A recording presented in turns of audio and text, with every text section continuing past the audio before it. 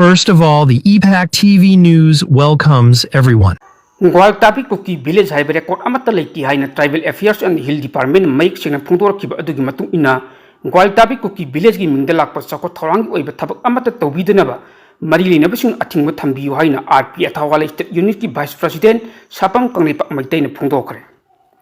Manipur Press Club ta pangtok ki ba pawgi mifam da mahak na makhata na hai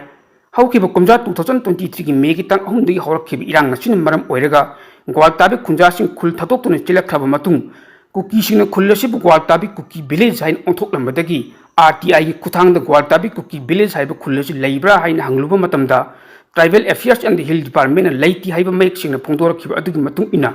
hiram masigi matangda maikai du da leiba miyamga punduna mifam ama phamki amadi Guwaltabi khulbu Guwaltabi Kuki village haina ming onthoktuna makhogi oiba khulama oinaba hotnalbada chenaba miyoising mathakta Land Resource Department logi mating loduna lakapam thokpa thabaksin lakatuna hakpa cherak pigidabini hainasu Land Resource Department ki secretary da campaign amasu submit tawkhi loinana Imphal East District ki manungda leiba lambai hairiba mafam asi yamna matu sonba achu wasang leitaba lamdam amani masigi manungda Guwaltabi hairiba khulasi atai khulsingda yamna chotna leiba khulam oibatanatana khulasi da laingak ki oiba thabak tawba migi masingsu ani ahumdagi hena leitaba mafam amani maram maduna Guwaltabi khulbu ngak senduna khulasi bu kanba haibasi lamdam sida leiba miyang chawraba thodang lei Guwaltabi miyam hojik lanjina dun relief camp sing da changjafam lodun leibasi nongmadi Manipur tholiba irang asi waroisin amu purakpa matamda khunja sing asi makhoi oiba khulsing da handilakpa matamda khulasi Kuki sing lawsin ki thoklabadi Guwaltabi khunja sing mafam kadai da hanjingani haibasi miyam khanfam thoki masida natana handak chahi khara asida Tribal Affairs and Hill Department masak khangdaba anuba khul kaya amaso masi akoibada sandroliba si athuba matamda marilina sing thigat pi haudrabadi nongmadi soidana Manipur ki mafam ayamba mapalamdagi narolda changsilakpa mitopna khundaba lamdam am soidana oihoragani hainasu mahakna makhatana pawmising da phungdokhi nakal maromda Ministry of Home Affairs MSA officials in Kuki insurgent group sing wari sanakre hairi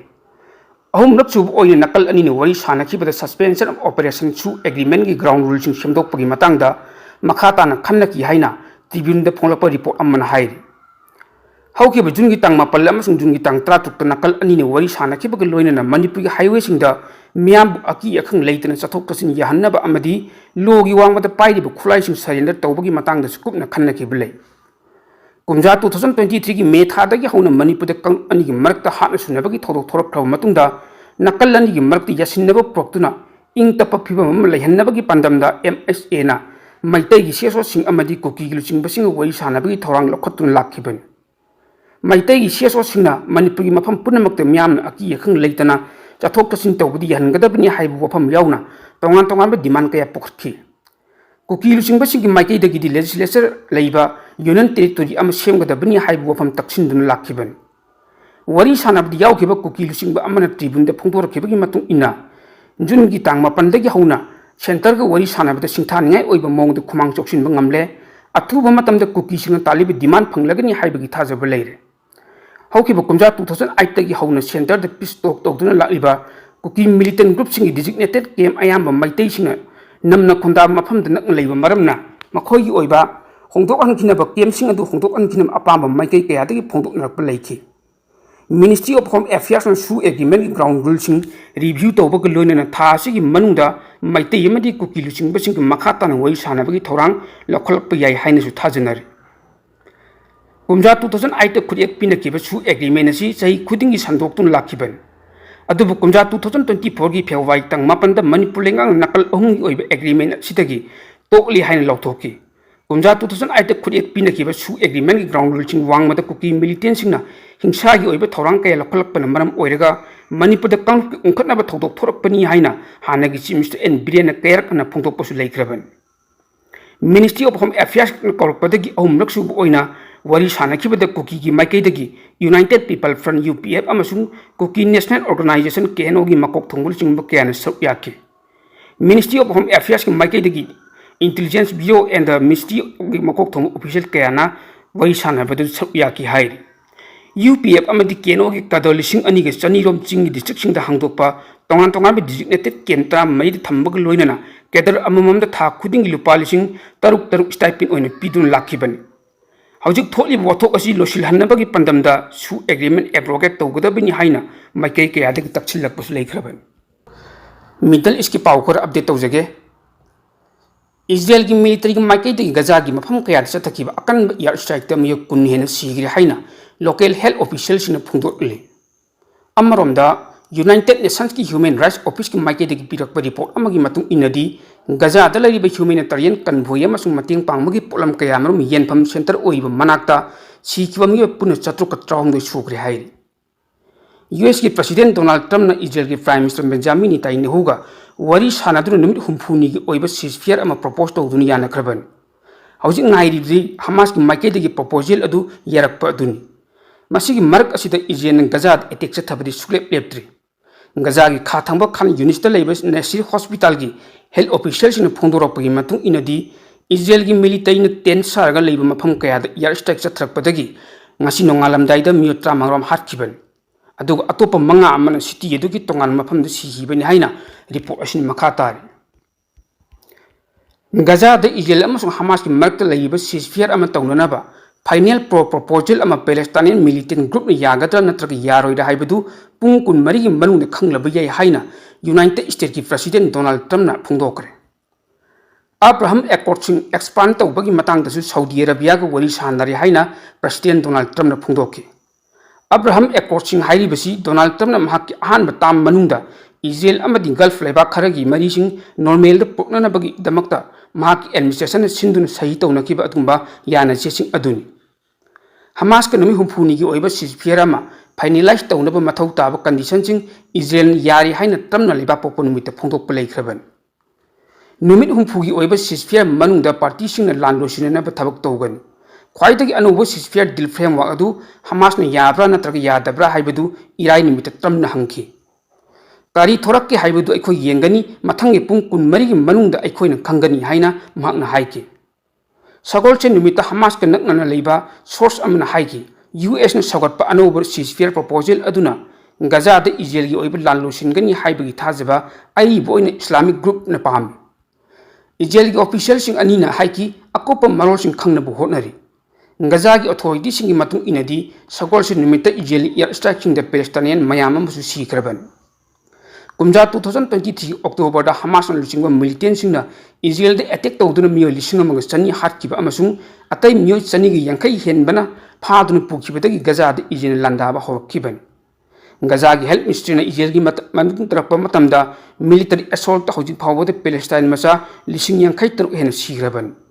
lal asida hunger crisis thoktuna miyo kayam su asiyana nangli Gaza ki miyo kaya pumba lebak manu lanjin haliban International Court of Justice ta Israel bu genocide amasung International Criminal Court ta war crime tawbagi maral siri ba maral sing si Israel na diyade mamang tha ani tawnakhiba ceasefire ama maski tang trani pand Israel attack sing da Palestine masa chamri hen hatpadagi losin giban sahi asi holakpada Donald Trump US na Gaza losin na bagi wafam amasu hodok laiki wafam madu right experts sing UN amasung Palestinian sing na ethnic cleansing ki proposal amani haina yamna kanna yaningdaba phungdok pasu laiki haina pawgi source asin makhatari atopa paw mana America amadi Israel laibak ani changna numitrani thoni chumna Iran da landa khrabasu laibak asigi supreme leader Ayatollah Khamenei budi maithiba piba ngamde haina tongan ba pawgi source kayana phungdokle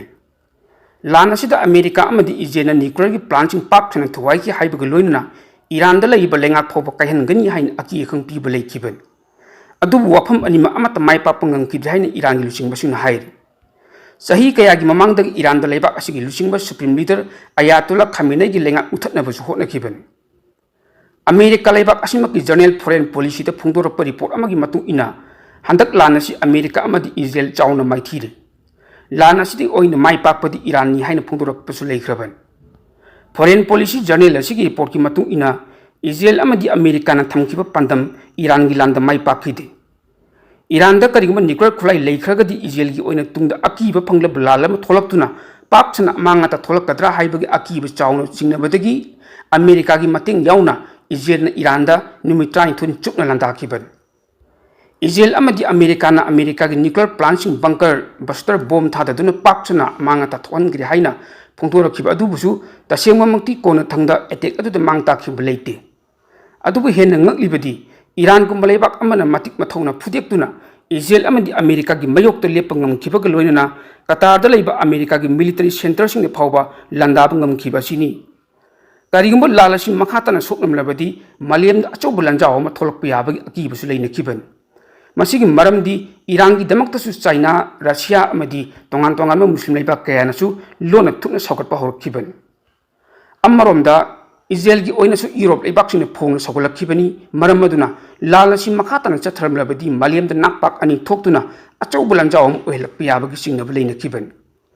Handak sokna kibal lana aduda Iran na makoy oiba leijariba matik maya puthokduna Israel gi amadi America gi military center singda landaba ngongkiba asida punnaman ngakna kibani hainasu pawgi report asina makhata loinana Iran na Israel da amana kihanba ngamdana bagi damakta akanba thorang ama Israel military na pakhatpa hore haina leibak asigi defense minister Israel Kasna senior military official singda phongdokre mak nai Israel gi air superiority lehanana ba amasung Tehran bu mamangi capability sing amana lehendana bagi matangda military intelligence amasung operation animukta thorang torog leigidabani hairi Jun thada Iran amasung Israel gi markta numitrani thuni chukna lan choknaki maduda Iran nuclear khulai ama puthok ngamdana bagi damakta Israel na Iran gi nuclear facility sing akan ba air structure thaduna landakibani atopa pawamana India gi foreign minister S Jaishankar na mathau taklabadi Pakistan da amuk landagani haina kuwat ki mifam da phongdokre Mifam maduda S Jaishankar na hai haukiba chahi kaya gi mamangdagi Pakistan na terrorist pu khulayo ni sinaduna India yauna maling leibak kaya da lona thumna attack sa thanlak dugi matangda su khudam changdam go loina khangangre kuwat ki mifam da yauriba America Japan Australia gi luching basing na su terrorist ki mayok to India ga punna thabak tawminana ba chapchana philip lawmin nakre haina su pawgi source asin makhatar atopa yamna angakpa pawamana Aikoi miyoibagi amata ngairaba prithibigi khongchat ki speed July amadi August thadi yankhatlagani haina scientist sing phongdokre Time and the Date.com gi anuba report amagi matung ina lakadoriba July tang 8 tang 12 amadi August ki tang 5 da prithibigi khongchat yankhalakpana maram oiraga numit tabagi matam hanadagi mini second khara thengtaragani hairi prithibina numit pu mapung phana koibada numit chahum gomfu mangani changi haina lawna dun lakhibadu anuba calculation amagi matung inadi sahi cha kaya gi mamangdagi prithibina numit koibada minute chamri ga mawdarom changlam ki hainasu akhang ahising report aman makhatari Malumgi tongan ba mafamsingda thokpa thodok wathok kayagi ipaw sing amadi saknaraba miyoy kayagi wakhallok singbu miyamda yauhanduna miyamgi mitnakong oihaliba EPAC TV News haiba News Networking YouTube channel amadi Facebook page asibu adomna like share comment follow amadi subscribe tawbiduna tungkoina miyamgi seba tawba ngamnanaba support tawbiyu haizari